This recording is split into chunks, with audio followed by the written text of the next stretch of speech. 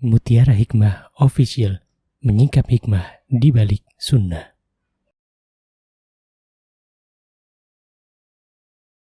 Salurkan donasi terbaik Anda untuk mendukung dakwah Mutiara Hikmah Official.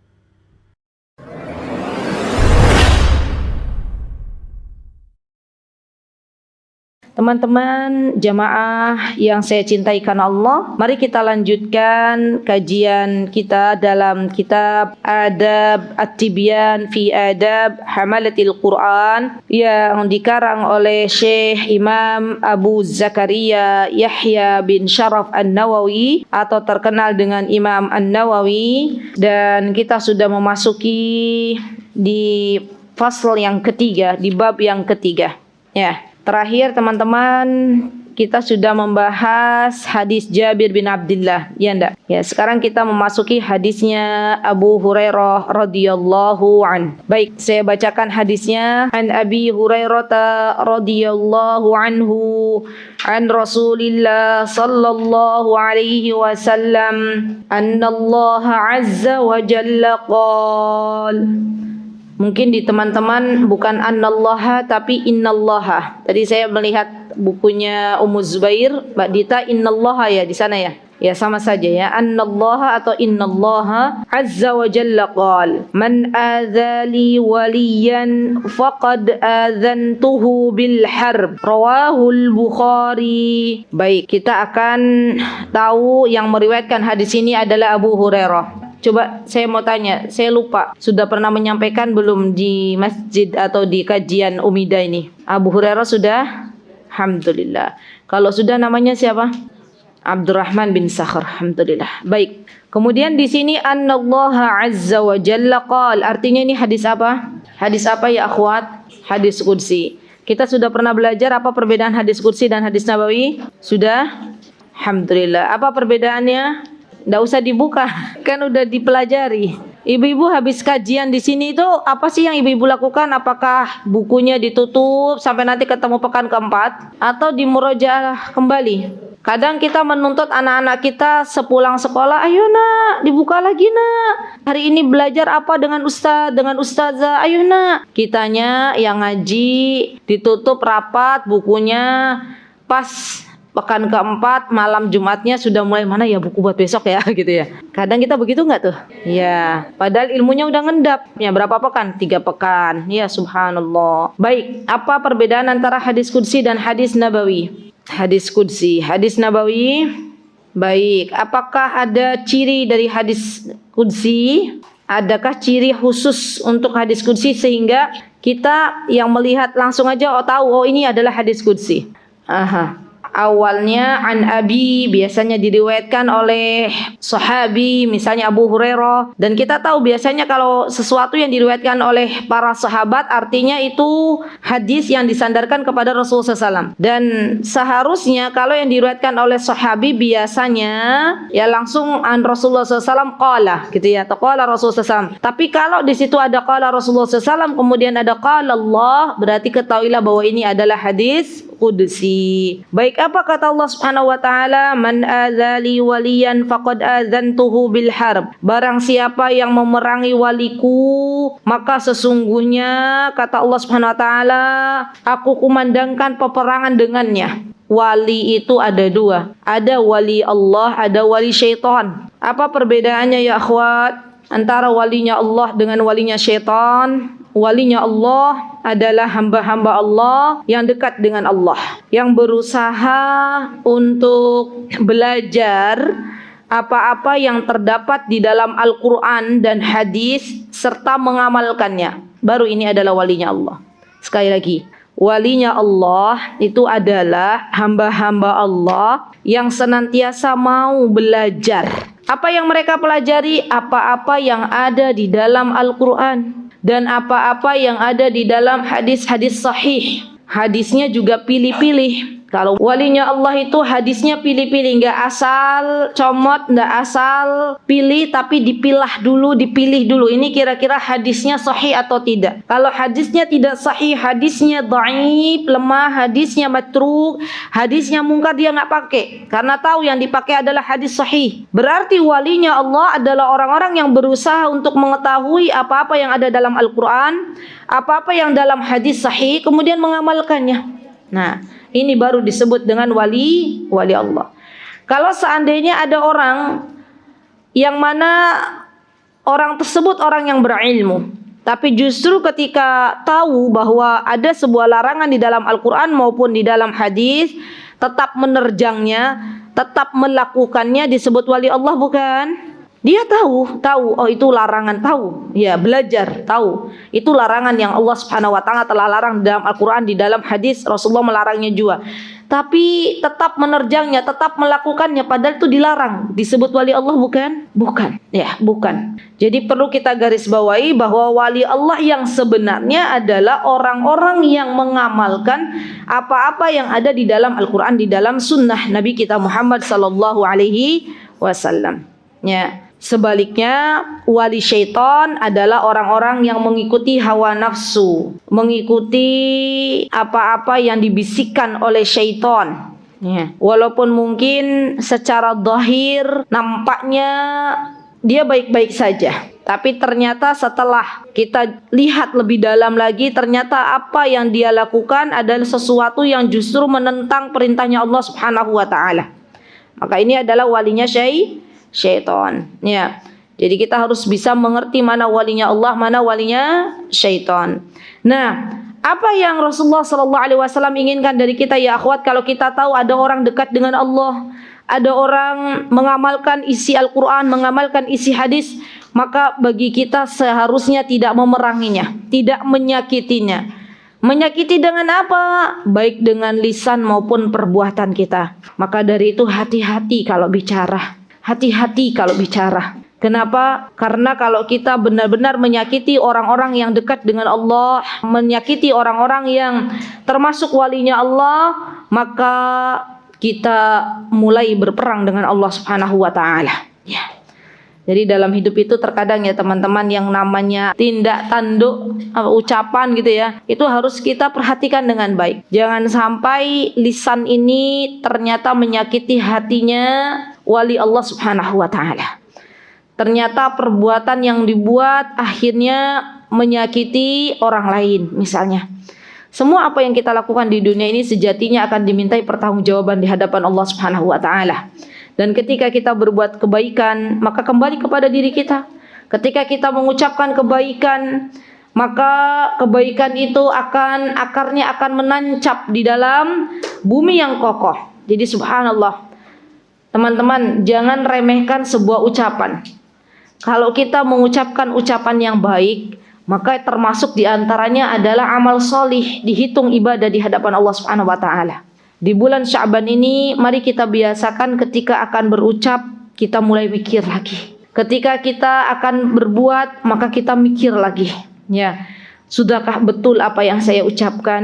Sudahkah betul apa yang akan saya perbuat? Karena semuanya akan dimintai pertanggungjawaban di hadapan Allah. Siapa yang akan menjawab nanti? Kita. Ya, subhanallah. Baik. Kemudian di sini disebutkan al-harb, ada catatan kaki. Adhanni bil harb ay a'lamani wa ma'nahu adhara muharabati.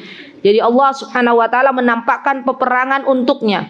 Dan kita tahu siapapun yang menunjukkan peperangan dengan Allah pasti akan kalah.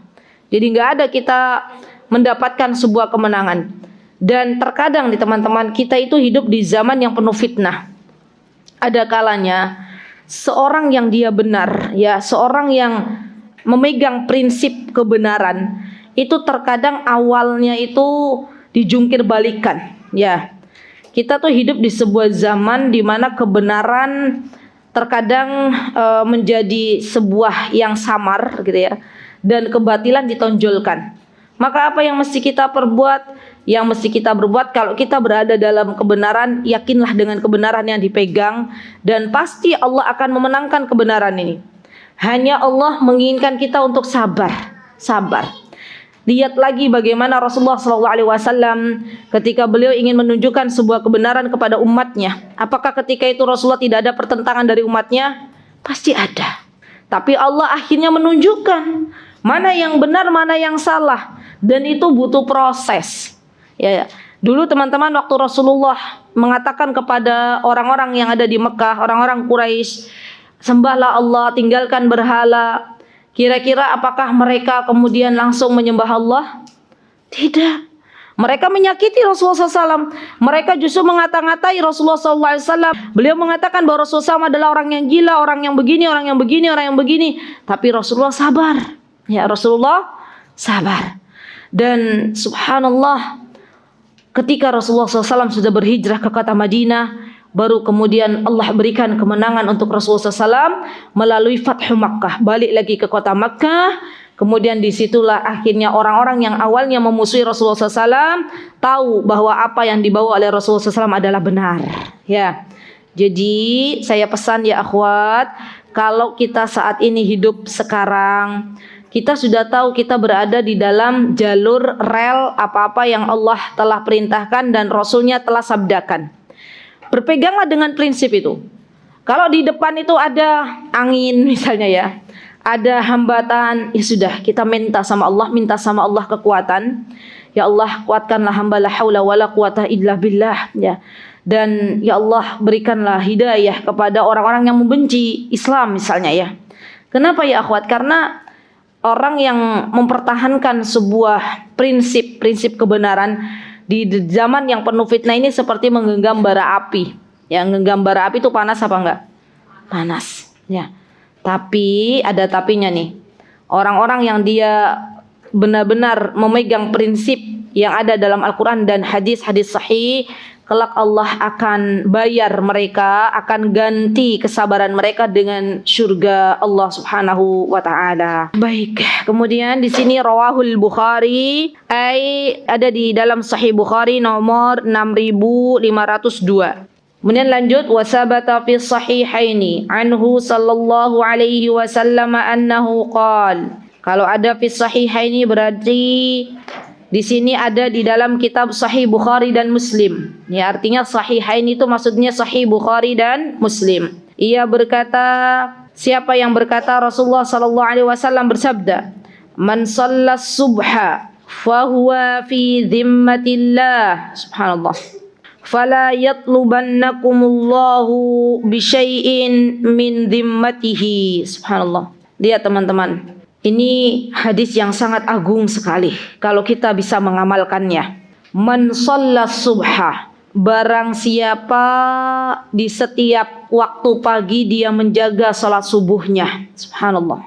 Fahuwa fi dhimmatillah, maka ia termasuk bagian orang-orang yang mendapatkan jaminan dari Allah Subhanahu wa ta'ala. Fala yatlubannakumullahu bisyai'in min dhimmatihi, maka jangan sampai Allah menuntut kita semuanya terkait jaminannya. Maksudnya begini, ketika kita termasuk orang-orang yang dimudahkan untuk sholat subuh di pagi hari, maka kita sudah berada dalam jaminannya Allah. Tidak ada yang perlu dirisaukan. Kalau ada orang sudah bangun sholat subuh, maka harusnya tenang. Kenapa? Karena yang akan menjamin kehidupan kita itu Allah. Siapa yang menjamin kehidupan kita? Allah. Mungkin teman-teman, saya mau tanya, untuk urusan dunia saja, contoh, misal ada orang yang dia menjaminkan dirinya kepada sebuah asuransi. Misal, ini contoh untuk urusan dunia.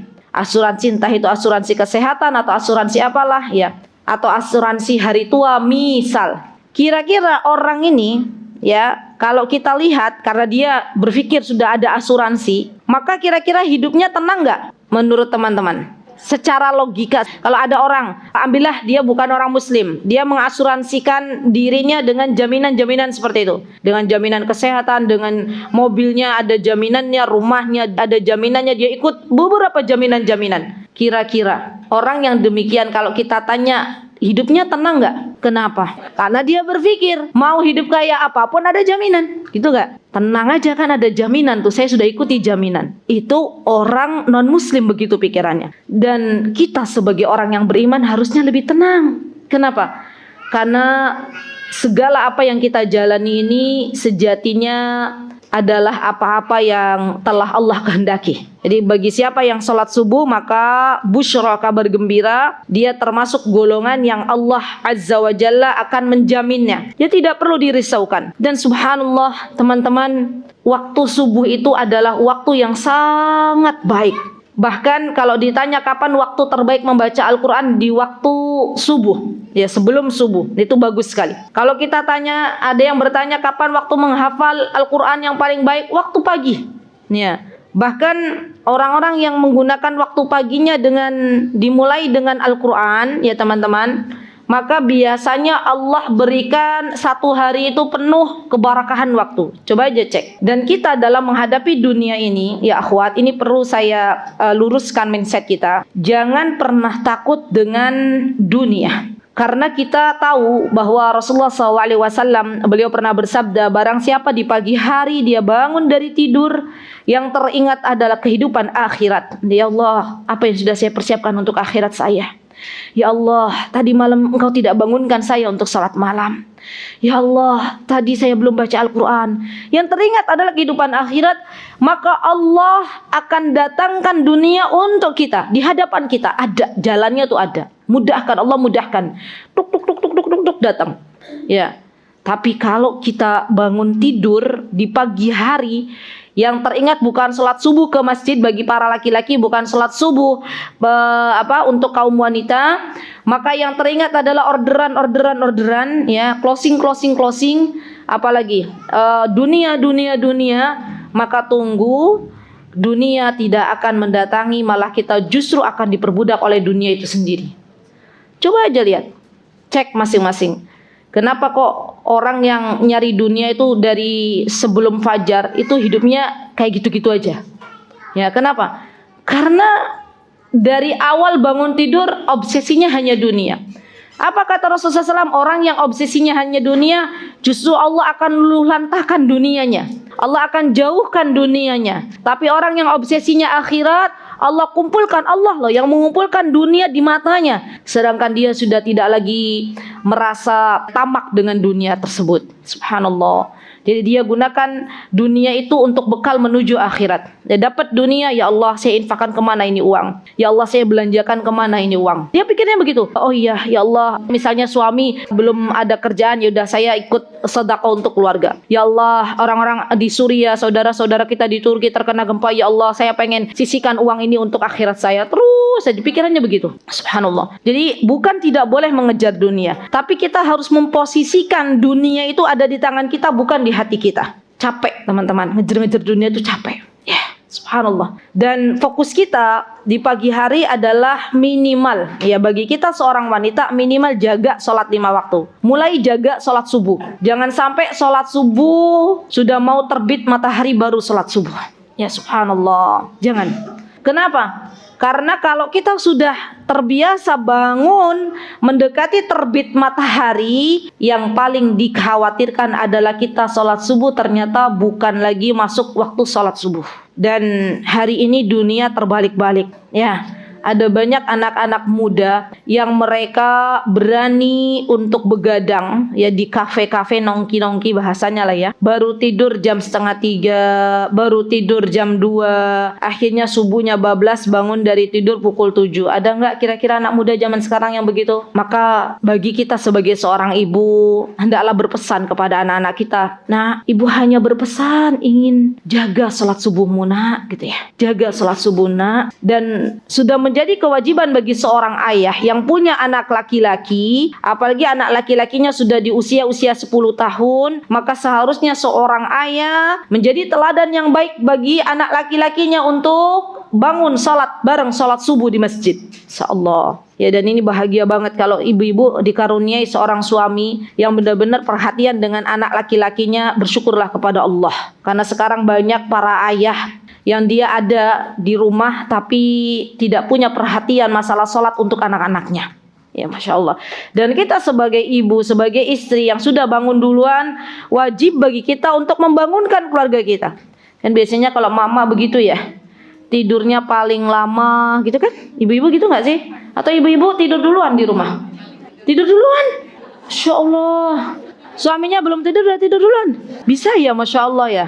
Atau mungkin tipe-tipean ya. Ada tipe yang udahlah capek tidur. Ada wanita tipenya pastikan anak-anaknya udah tidur, suaminya udah tidur baru dia terpejam ya. Bangun sebelum mata mereka terbelalak, kita duluan yang bangun. Gitu enggak? Ada yang begitu ya, tapi jangan terbalik. Ibu-ibu cepat tidurnya, bangunnya paling lambat. Biasanya kalau cepat tidur, bangunnya harusnya lebih cepat. Ya, baik, nggak apa-apa. Bangunkan keluarganya, bangunkan anaknya, bangunkan suaminya. Ya, Mas, ayo Mas, sholat subuh Mas, gitu ya. Mas, sayangku, belahan jiwaku. Ayo, bismillah bangun. Kalau suaminya, Bu, tapi saya mau minum dulu. Ya udah bikinkan kopi, kesukaannya aja.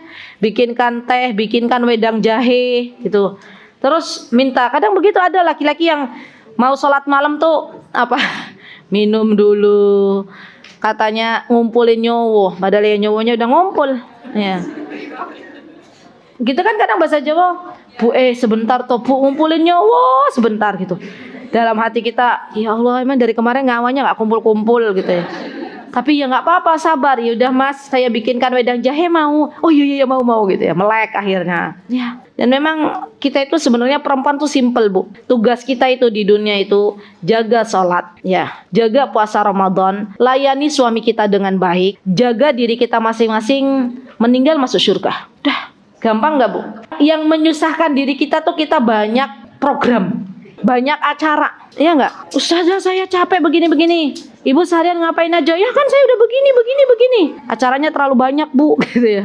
Subhanallah. Baik, jadi ingat ya, salat subuh itu adalah penting. Kenapa? Karena orang yang salat subuh dia berada dalam jaminannya Allah. Dan Allah tidak akan menelantarkan bagi siapapun yang Allah jamin. Maka tidak perlu kita risaukan. Tidak perlu kita risaukan, ya Allah nanti bagaimana besok. Karena hari ini sudah mendapatkan jaminan dari Allah Subhanahu wa ta'ala. Dan bersyukurlah atas apa yang Allah berikan kepada kita. Dan jangan mencari sesuatu yang belum Allah berikan kepada kita. Kadang kita nggak bersyukur itu karena kita mencari sesuatu yang belum Allah berikan. Ya, kadang kita kurang bersyukur karena kita membandingkan kehidupan diri kita dengan orang lain. Coba mulai bersyukur. Alhamdulillah. Makanya doa bangun tidur apa coba? Alhamdulillahilladzi ahyana ba'dama amatana wa ilaihin nusyur. Pagi-pagi yang terucap dari lisan kita itu bersyukur kepada Allah. Ya, alhamdulillah. Baik. Kemudian di sini wa 'anil imamainil jalilaini Abi Hanifah wa Syafi'i rahimahumallahu qala. Lihat ibu-ibu. Di sini karena yang disebutkan Imam Jalilain ini maksudnya imam yang mulia, dua imam 4 mazhab, yaitu Abu Hanifah dan Imam Syafi'i rahimahumallah, dua orang. Huma itu dua. Dan ibu-ibu tahu siapa kunyah Abu Hanifah? Siapa kunyahnya Abu Hanifah? Ya Abu Hanifah. Kalau saya tanya siapa kunyahnya Abu Hanifah? Ya Abu Hanifah. Siapa kunyahnya Imam Syafi'i? Kunyah bukan nama. Abu Abdillah. Jangan pusing ibu-ibu. 4 imam madhab. Ada 4. Yang pertama itu yang paling tertua adalah Abu Hanifah. Runutannya Abu Hanifah yang paling tertua. Namanya beliau adalah Nu'man bin Thabit. Nu'man bin Thabit. Nu'man ini namanya, Thabit ini bapaknya. Thabit. Setelah Abu Hanifah ada Imam Malik. Malik bin Anas. Ibu-ibu nggak boleh kebalik-balik. Jangan dipikir Malik bin Anas tuh Anas bin Malik. Beda generasi. Ya, kalau Anas bin Malik ini generasinya sahabi, putranya Ummu Sulaim. Ya, kalau Malik bin Anas ini generasi tabi'in, beda generasi. Jadi nggak sama tuh antara Malik bin Anas dan Anas bin Malik. Paham ya, ibu-ibu ya? Imam Malik punya murid namanya Imam Syafi'i. Imam Syafi'i namanya siapa? Apakah namanya Syafi'i? Bukan. Namanya Muhammad bin Idris Asy-Syafi'i. Asy-Syafi'i ini mbah buyutnya. Yang terakhir adalah Imam Ahmad bin Hanbal. Ahmad bin Hanbal. Kunyahnya Abu Abdillah. Jadi dari 4 imam madzhab tuh kunyahnya sama, Abu Abdillah, Abu Abdillah, Abu Abdillah. Siapa? Malik, Imam Syafi'i, Imam Ahmad. Itu 3-tiganya Abu Abdillah. Kecuali Abu Hanifah. Abu Hanifah kunyahnya ya Abu Hanifah. Dan Abu Hanifah itu aslinya bukan orang Arab, tapi orang Persia. Jadi kita yang orang ajam, kita kan orang ajam ya Bu. Ibu-ibu orang Arab apa orang ajam? Apa sih ajam? Ajam tuh non Arab. Nah, ibu-ibu orang ajam apa orang Arab? Ajam, non Arab, ya kan? Nah, berarti kalau kita orang ajam, kita pun punya kesempatan untuk menjadi ahli ilmu. Ya, ahli ilmu. Siapa di antara contoh orang ajam yang menjadi ahli ilmu, yang menjadi rujukan para ulama dalam mengambil sumber ilmu adalah Abu Hanifah. Beliau orang Persia, insyaallah ya. Dan Abu Hanifah itu keturunan Persia tapi lahirnya di Kufah. Baik, saya sedikit menerangkan tentang Abu Hanifah karena mungkin banyak teman-teman yang belum hadir di Masjid Mutiin ya. Kita ada di Masjid Mutiin selesai kitab Lamiyah. Alhamdulillah biidnillahi ta'ala atas pertolongan Allah selesai, dan kita sudah pernah belajar 4 imam madzhab di sini. Karena yang disebutkan 2 saja, maka saya akan cerita 2 saja. Sedikit kehidupan Imam Abu Hanifah. Jadi ibu-ibu, Abu Hanifah ini adalah anak saudagar. Beliau punya ayah namanya Thabit. Thabit ini juga seorang saudagar, ya, seorang pembisnis. Tapi Thabit walaupun beliau seorang saudagar yang kaya raya, seorang pembisnis, tapi beliau adalah saudagar yang amanah, saudagar yang bertakwa kepada Allah Subhanahu wa taala. Mana bukti bahwa ayahnya Abu Hanifah adalah orang yang bertakwa dan takut kepada Allah? Buktinya adalah di masa mudanya Thabit sudah menjaga apa-apa yang Allah telah larang. Jadi dulu Thabit, ayahnya Abu Hanifah, termasuk orang-orang yang takut kepada Allah dalam memakan makanan yang haram. Ini penting banget nih bagi kita. Ini pelajaran yang ingin saya tunjukkan, bahwa kalau kita pengen punya anak salih, pastikan makanan yang kita konsumsi itu halal, ya, thayyib dan halal. Ya, jadi kenapa? Karena nanti akan makanan yang kita makan itu akan menjadi daging dalam anak-anak kita, begitu kan ya? Dan ayahnya Abu Hanifah, beliau sudah memantaskan diri untuk menjadi hamba Allah yang saleh. Kenapa? Karena beliau ingin anak-anaknya Allah salihkan. Termasuk Abu Hanifah akhirnya Allah salihkan. Dulu Thabit, ayahnya Abu Hanifah, waktu beliau sedang berjalan, beliau menemukan sebuah apel terjatuh gitu. Karena beliau lapar banget, beliau makanlah apel itu. Beliau makan, baru kemudian setelah digigit beliau tersadar. Allah sadarkan beliau. Kemudian Allah katakan kepada Thabit, wahai Thabit, sesungguhnya yang kau makan itu barang yang tidak halal. Maka beliau buru-buru datang ke kebun yang beliau dapati apel tersebut, dan ternyata di sana hanya ada penjaga kebun. Kemudian ditanya, mana pemiliknya, saya telah makan apel. Maka setelah itu penjaga kebun memberitahukan kepada Thabit, ayahnya Abu Hanifah, bahwa dia rumahnya jauh gitu ya. Nah, subhanallah, karena ayahnya Abu Hanifah menginginkan kehalalan dari buah apel yang dimakannya, maka beliau rela berjalan berjam-jam ya, bahkan berhari-hari untuk menemui pemilik kebun tersebut. Setelah menemui pemilik kebun, kan menceritakan kondisi buah apel yang sudah digigitnya, padahal waktu itu apelnya sudah jatuh. Apa yang terjadi? Maka kata Abu Hanifah, saya minta maaf, saya minta keridhoannya, saya minta penghalalannya. Apa aja saya mau lakukan, yang penting engkau halalkan 1 butir apel yang sudah saya gigit ini. Kata pemilik kebunnya, wahai anak muda, saya punya syarat. Kalau kau ingin apel itu menjadi halal, maka saya punya syarat. Apa syaratnya? Engkau nikahi putri saya. Saya punya putri bisu, tuli, buta, lumpuh.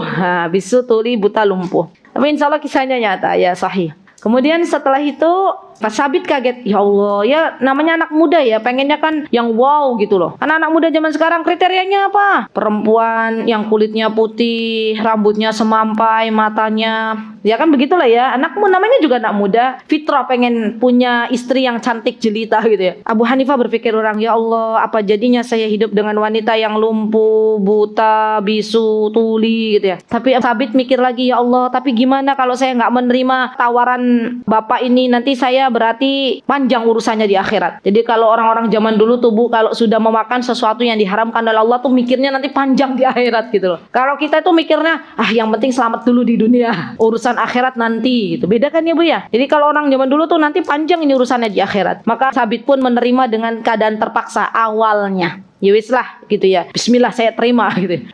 Sudah ada akad, kemudian Sabit kaget pas masuk ke tempat istrinya, sudah nikah kan ya. Istrinya memanggil, loh katanya bisu kok bisa bicara gitu ya. Pas dilihat ternyata istrinya betul ya bisu, tapi maksudnya bukan bisu tidak bisa bicara ya, tapi istrinya bilang bahwa saya itu tidak akan berbicara sesuatu yang hanya Allah ridhoi saja ya, tidak akan bicara sesuatu yang Allah tidak ridhoi. Saya hanya merucap sesuatu yang Allah ridhoi. Mata saya jaga tidak melihat sesuatu kecuali yang Allah ridhoi. Telinga saya jaga tidaklah mendengar sesuatu kecuali yang Allah ridhoi. Saya tuli kalau untuk urusan yang tidak Allah ridhoi gitu ya. Saya tuli, nggak mau dengerin sesuatu yang tidak Allah ridhoi. Subhanallah. Hiduplah Sabit dan istrinya, dan akhirnya lahirlah Nu'man, Abu Hanifah. Kemudian Abu Hanifah hidup dalam keadaan berkecukupan. Beliau juga diajarkan baca tulis ya, subhanallah. Dan akhirnya Abu Hanifah menjadi seorang anak yang menonjol kala itu dalam ilmu pengetahuan. Kemudian dipanggilkan seorang guru oleh orang tuanya untuk mendidik Abu Hanifah ya, privat. Dan Abu Hanifah semakin menonjol keilmuannya.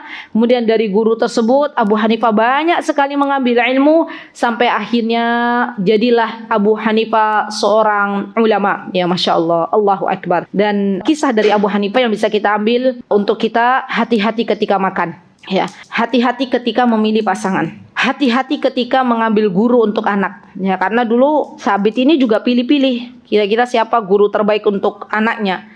Dipilihlah namanya Abu Humaid ya, Masya Allah. Dan Abu Hanifah menjadi murid seniornya ya, Masya Allah. Karena Abu Hanifah termasuk anak yang diberikan oleh Allah kelebihan ya, IQ-nya bagus gitu ya, dan hafalannya cepat. Maka Abu Hanifah termasuk seseorang yang akhirnya diberikan amanah untuk menjadi mufti, orang yang berfatwa, Masya Allah ya. Rahimahullahu rahmatan wasi'ah. Semoga Allah merahmati Abu Hanifah. Baru kemudian di sini disebutkan Asy-Syafi'i. Syafi'i itu teman-teman namanya Muhammad bin Idris Asy-Syafi'i. Dan Asy-Syafi'i ya adalah Imam Syafi'i yang terkenal. Beliau memiliki madhab ya yang banyak diikuti oleh warga kita, warga 62 ya, warga Indonesia Raya. Kalau saya tanya siapa ikut madhab siapa, mesti kita semuanya ikut madhab Syafi'i. Saya juga pengikut madhabnya Imam Syafi'i. Hanya sayangnya itu kita mengaku-ngaku ikut madhabnya Imam Syafi'i, tapi kita nggak tahu apa yang Imam Syafi'i perintahkan, gitu kan? Pokoknya kalau ditanya ikut madhab siapa? Imam Syafi'i gitu ya. Saya itu Syafi'i gitu ya. Wah, Masya Allah. Terus kata Imam Syafi'i apa? Ya udah, kalau ikut madhabnya Imam Syafi'i, teman-teman tolong jawab pertanyaan saya. Apa 2 kitab Imam Syafi'i yang paling fenomenal? Ayo. Yang mengaku cinta dengan Imam Syafi'i. Subhanallah. Kita termenungnya tahu apa anda ini? Baik, berarti kalau kita mengaku cinta dengan Imam Syafi'i, mengaku bermadhab Syafi'i, maka harusnya kita tahu tulisan sang guru. Apa? Beliau itu punya tulisan apa? 2 kitab yang sangat fenomenal, namanya dan Ar-Risalah. Nama 2 kitab Imam Syafi'i. Siapa yang sudah pernah membaca kitab Wallahu ta'ala a'lam. Siapa yang sudah pernah membaca kitab Ar-Risalah? Wallahu ta'ala a'lam. Berarti selama ini kita baca kitab apa? Subhanallah, jadi banyak PR ya. Baik. Nah, Imam Syafi'i ini teman-teman, beliau itu lahir di Gaza. Ada yang mengatakan di dekat daerah Palestina. Imam Syafi'i lahir di sana. Kemudian setelah itu beliau lahir dalam keadaan yatim, di waktu kecil beliau yatim, dan subhanallah ibunya yang single parent, yang janda itu bawa Imam Syafi'i ke majlisnya Imam Malik ya. Yang kita tahu Imam Malik ada di kota Madinah ya, Darul Hijrah, Imam Darul Hijrah. Kalau Imam Malik dapat sebutannya Imam Darul Hijrah. Imam Syafi'i duduk di majlisnya Imam Malik, berguru kepada Imam Malik. Kemudian setelah itu Imam Syafi'i melanjutkan belajarnya di kota Mekah. Lama Imam Syafi'i di kota Mekah. Bahkan kalau kita ambil nasab jalur Imam Syafi'i ini masih keturunan Quraisy. Jadi misal nasabnya itu bagus, mulia, seperti nasabnya Rasulullah SAW. Dan Imam Syafi'i diwafatkan di Mesir ya. Dan pengikutnya juga banyak dari Mesir, banyak dari Indonesia. Kalau Imam Abu Hanifah pengikutnya banyak dari Irak ya, itu banyak pengikut Imam Abu Hanifah. Ala kulli hal, yang pasti 2 imam ini adalah orang yang mulia, orang yang patut kita jadikan teladan bagi kita semuanya. Dan kita harus tahu bahwa tidaklah dua imam ini berkata kecuali mereka berkata bersumber dari Al-Quran dan hadis. Apa kata Imam Syafi'i, apa kata Imam Abu Hanifah, apa kata Imam Ahmad, apa kata Imam Malik? Mereka berempat sepakat berkata begini, jikalau ada perkataanku yang menyelisihi apa-apa yang ada dalam Al-Quran dan hadis, maka itu adalah bukan perkataanku. Ketahuilah wahai saudariku, kata Imam Syafi'i, kalau ada maqal perkataanku yang itu ternyata bertentangan dengan Al-Quran dan hadis, maka ketahuilah bahwa itu bukan perkataanku. Berarti gimana ibu-ibu? 4 imam mazhab ini kalau bicara mesti sumbernya dari Al-Quran dan hadis-hadis yang sahih. Sudah ya, begitu ya ibu-ibu. Baik. Nah, apa yang dikatakan oleh dua imam ini? Qala, lihat, in lam yakunil ulama, kalaulah in lam yakunil ulama'u awliya Allah falaysa lillahi wali. Kalau bukan ulama, ulama itu adalah orang-orang yang berilmu menjadi walinya Allah, maka Allah tidak punya wali. Berarti walinya Allah adalah ulama, gitu kan? Siapa ulama? Ulama adalah orang-orang yang berilmu. Insyaallah ya. Subhanallah. Baik, satu lagi, kita selesai satu bab insyaallah. Ini coba teman-teman lihat, ada nomor 2 ini catatan kaki yang punya kitab. Saya baca dulu di sini ya. Abu Hanifah ismuhu An-Nu'man bin Thabit bin Zawta. Asy-Syafi'i Abu Abdullah Muhammad bin Idris bin Abbas bin Utsman ibnu Syafi' bin Sa'ib bin Ubaid bin Abdi Yazid Hashim bin Muttalib bin Abdi Manaf bin Qusay. Lihat, Imam Syafi'i garis keturunannya hampir sama dengan Rasulullah SAW, ya kan? Kalau teman-teman baca garis keturunannya Rasulullah kan nanti ketemu tuh Hashim bin Muttalib bin Abdi Manaf bin Qusay. Ya, sama kan dengan Rasulullah. Jadi garis keturunannya Imam Syafi'i itu sama dengan Rasulullah, hanya beda generasi. Ya. Baik. Kemudian di sini ada catatan kaki nomor 3. Athar Abi Hanifah la yasih, akhrajahu al-Khatib fil fiqh wal mutafaqih wa fihi Ahmad bin Muhammad bin Salat qala fihi adh-Dhahabi fil Mizan halik wa athar Syafi'i akhrajahu al-Baihaqi fi manaqib asy-Syafi'i wal Khatib fil fiqh wal mutafaqih wa qa'a tasihu fi taba'at al-faqih wal mutafaqih fi hadha al-isnad wa fiha an Abi Bakar al-Hasan bin Ali bin Dainat bin Daniyar wallahu ta'ala alam. Waswabuhu wallahu alam Al-Husain bin Ali bin Yazdiar kama fil manaqib.